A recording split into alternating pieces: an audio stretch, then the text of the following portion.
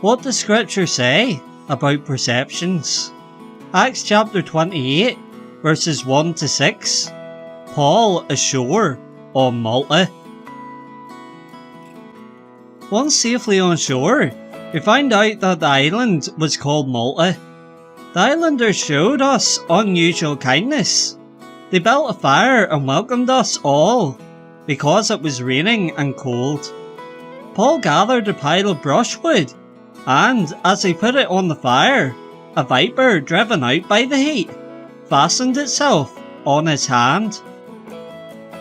When the islanders saw the snake hanging from his hand, they said to each other, "This man must be a murderer, for though he escaped from the sea, the goddess Justice has not allowed him to live." But Paul shook the snake off into the fire and suffered no ill effects. The people expected him to swell up or suddenly fall dead, but after waiting a long time and seeing nothing unusual happen to him, they changed their minds and said he was a god. This has been our reading about perceptions. From as far back as the start of human existence, people have been using fortune and misfortune as a guideline to how a person has lived their life.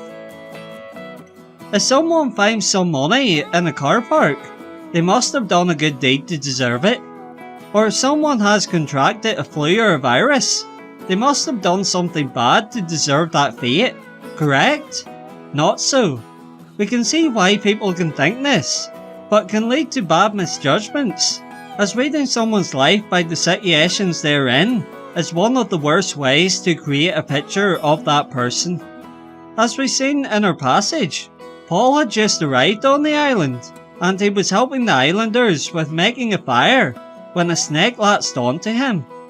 The first assumption that the islanders made was he must have been a murderer, and the goddess was sending justice for his wrongdoings.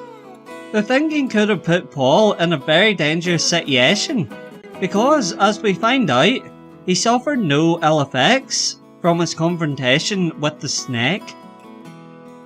They could have thought, well, he's already foiled death from drowning by getting to Malta, and he's also foiled it by surviving the brush with the snake.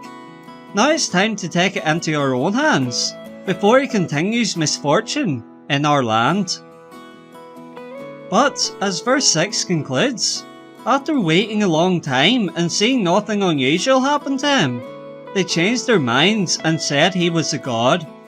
Once they realised nothing serious was going to happen, they went to the other extreme and said he was a god for surviving this ordeal. This is the issue with reading people by their circumstances. One minute they could be going well, and then the next they could be going terribly, and people could think it was their own fault, when it might not have been. This is the same as what happened in the book of Job. Job was blameless and upright. He feared God and shunned evil.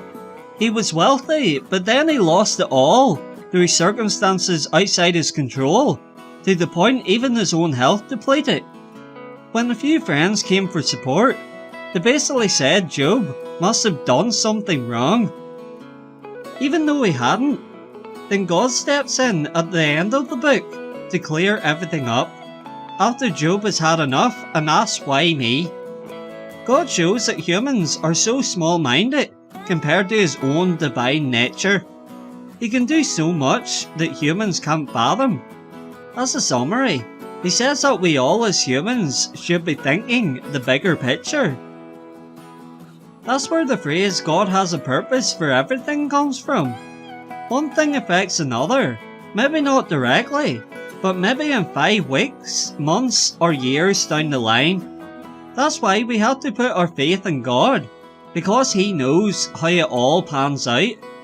And this is also why it's important not to just perceive someone by their circumstances. Thanks very much for watching, and we'll see you next time, here at In Christ Alone.